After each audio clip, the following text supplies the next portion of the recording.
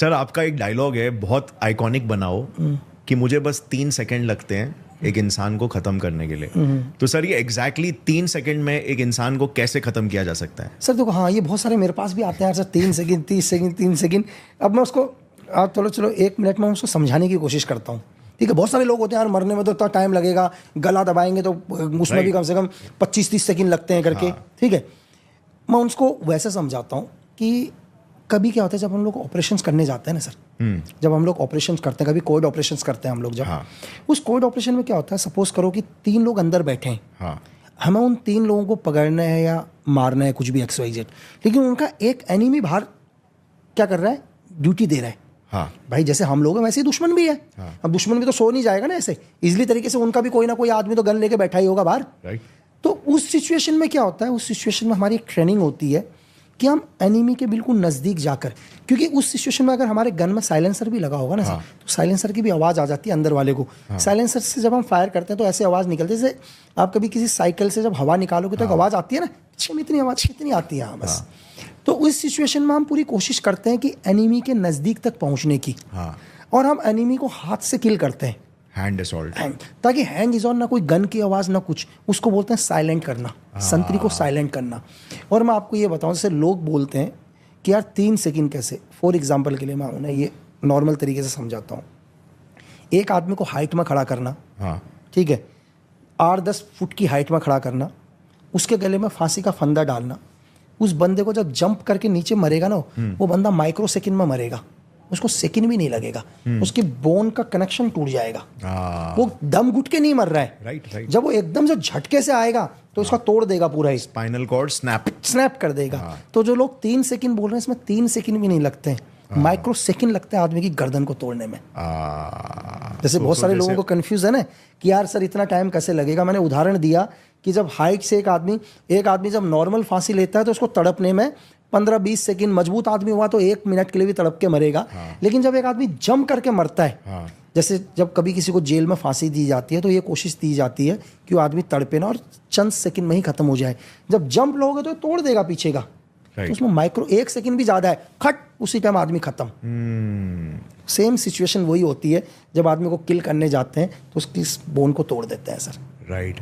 तो सर इसको मतलब जैसे उसको सेकंड्स, उसको नहीं ऐसा मुंह दबा के गर्दन टेढ़ी, तो उसको मतलब वो ऐसा मूवीज में दिखाते हैं, पूरा ट्रेनिंग का हिस्सा होता है। और उसको लोग ट्राई ना करें भाई, कहीं गर्दन लग गई तो लेने के देने पड़ जाएंगे। ठीक है, आपसे होगा भी नहीं, और जिंदगी भर हॉस्पिटल में रहेगा सामने वाला आदमी।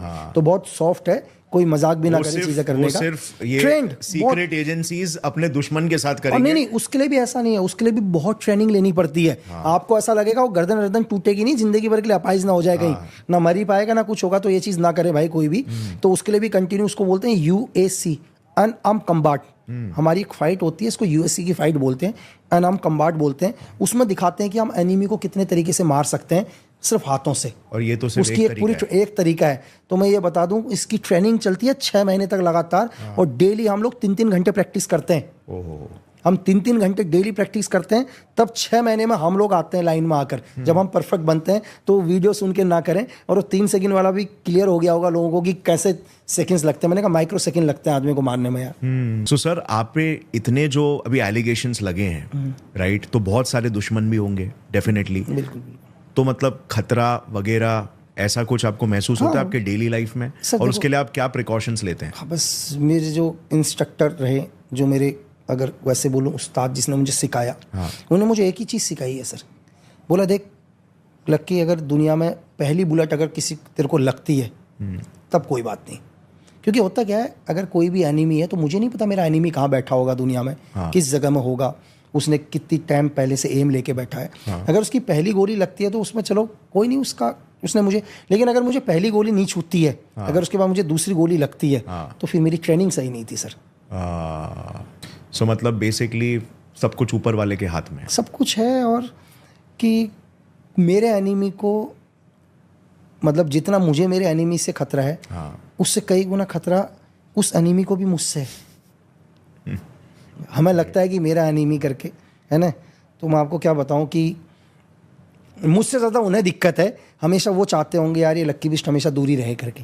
अभी हम यहाँ पॉडकास्ट कर रहे हैं, ये आपकी जगह है, एग्जाम्पल के लिए, है ना। हाँ। अभी सपोज करो यहाँ पर कोई हॉस्टेज सिचुएशन आ जाती है, कोई टेररिस्ट सिचुएशन आ जाती है, तो आप यहाँ से भाग जाओगे या हम लोग भाग जाएंगे यहाँ से। हाँ। आपकी बहुत कीमती चीज़ है, लेकिन आपको क्या पड़ेगा, कोई फर्क नहीं पड़ेगा यार, जान है तो से अधिक कीमती क्या है? पूरा एरिया खाली हो जाएगा, ठीक है। हाँ। और यहाँ पर कुछ सोल्जर आएंगे सर, हाँ। और आपको जगह खाली करके देंगे।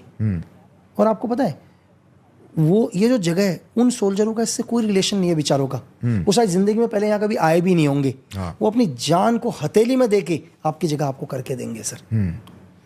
एक सोल्जर मतलब आप सोच लो कि उसको ताज का एग्जाम्पल लो आप, उसको कोई मतलब नहीं है कि वो जिंदगी में कभी ताज होटल में गया भी नहीं होगा सर, उतना लग्जरियस रूम उसने देखा भी नहीं होगा, फिर भी शहीद हुए उस ताज होटल को खाली कराने के लिए।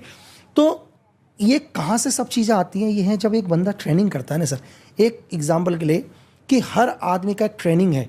हर मतलब हर ऑर्गेनाइजेशन में है। अगर एक आदमी टीचर बनता है तो टीचर की ट्रेनिंग लेता है, ठीक है। एक आदमी नॉर्मल जॉब करता है बैंक में तो भी ट्रेनिंग लेता है। दुनिया की हर चीज़ में एक ट्रेनिंग है। जब बैंक में एक आदमी जॉब करता है तो उसको पता होता है कि मुझे कंप्यूटर के आगे बैठना है, वो कंप्यूटर की ABCD से लेकर सब कुछ सीखता है, ठीक है। एक आदमी टीचिंग के अंदर जाता है तो पूरे पढ़ाने का तरीके सीखता है, क्योंकि उसको पता होता है कि मुझे अगले दिन से हर चीज़ को, किस चीज़ को हैंडल करना है, बोर्ड को हैंडल करना है और बच्चों के साथ रहना है। बैंक वाले को पता है कि मुझे डेली अकाउंट्स के साथ हैंडल करना है, ठीक है। वैसे अगर कोई आदमी नॉर्मली तरीके से, अगर एक सफाई कर्मचारी भी है, वो डेली सफाई करता है रोड के ऊपर। हर आदमी अपना काम करता है लेकिन ट्रेनिंग करता है। तो सेम इसी सिचुएशन में जब एक सोल्जर ट्रेनिंग करता है ना सर, तो सोल्जर की पहली, जब जिंदगी में पहली बार उसके हाथ में आती है, वो आती है गन। अब इन फ्यूचर में उसको हमेशा किसके साथ सामना करना पड़ेगा सर? गन के साथ ही करना पड़ेगा ना। एक टीचर को किसके साथ करना पड़ा, एक बैंक के कर्मचारी को किसके साथ करना पड़ा? बच्चे क्लाइंट्स अब के एक साथ। टीचर के सामने दुनिया का कितना भी क्वेश्चन, मुश्किल क्वेश्चन रख दो, टीचर को नॉर्मली तरीके से क्या करेगा? राइट हैंडल करेगा, क्योंकि जिंदगी में वही कर रहा है। एक बैंक वाले के सामने आप बोलो यार कितनी भी बड़ी अमाउंट की, भाई बैंक के अंदर आज 100 करोड़ डिपॉजिट करना है, उसके लिए नॉर्मल है। बैंक में डिपॉजिट करना है ना, 100 करोड़ करेगा। हम जैसे के लिए कहेंगे 100 करोड़ तो हमने देखे नहीं है करके। तो एक सोल्जर के पास, मैंने आपको बोला स्टार्टिंग में जब वो पहली बार एंट्री करता है तो उसके हाथ में गन होती है, उसको पता, अब उसके जहन में हो जाता है जिंदगी भर मुझे इसी के लिए हैंडल करना है। अब जो भी थ्रेट आएंगे उसी लेवल के आएंगे। एक सोल्जर के ऊपर यही थ्रेट आएंगे, उस चीज के लिए प्रिपेयर है वो पहले दिन से प्रिपेयर है कि जिंदगी में जब एक सोल्जर हाथ में गन ले रहा है सर, तो उसके ऊपर कोई यार लकड़ी से तो वार करेगा नहीं ना। लकड़ी से थोड़ा ना करेगा। अगर एक आर्मी या एक स्पेशल फोर्स के बंदे पर, एक NSG कमांडो के ऊपर अगर कोई सिचुएशन आएगी, डेंजर सिचुएशन आएगी, आएगी, वो बुलेट की आएगी।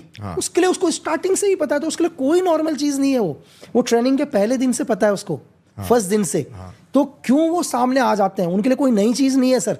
जब उसने पहली बार जब एंट्री करी थी तो उसको उस दिन पता था कि इन फ्यूचर के अंदर मुझे इसी से निपटना है करके, यही आएगा मेरे ऊपर। उसके लिए वो पहले से प्रिपेयर है, उसके लिए कोई बड़ी चीज़ नहीं है।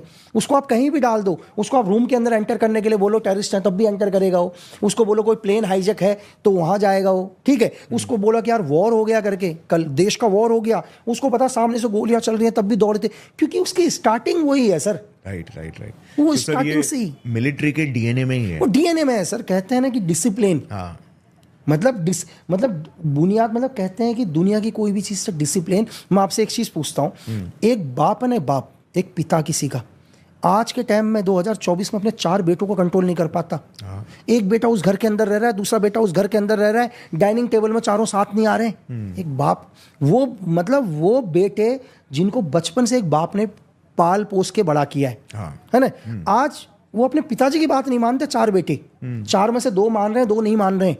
लेकिन इस देश में एक जनरल लाखों की आर्मी को कंट्रोल करता है सर। वो अगर सपोज करो सामने अगर 1 लाख की फोर्स खड़ी है और उसके सीनियर ने बोल दिया कि सावधान हो जाओ, वो सावधान रहेंगे, चाहे तूफान आ जाए, बरसात आ जाए, ओले गिरे, 2 लोग जमीन में चक्कर खा के गिर जाएं तो वो खड़े रहेंगे। ये होता है डिसिप्लिन सर।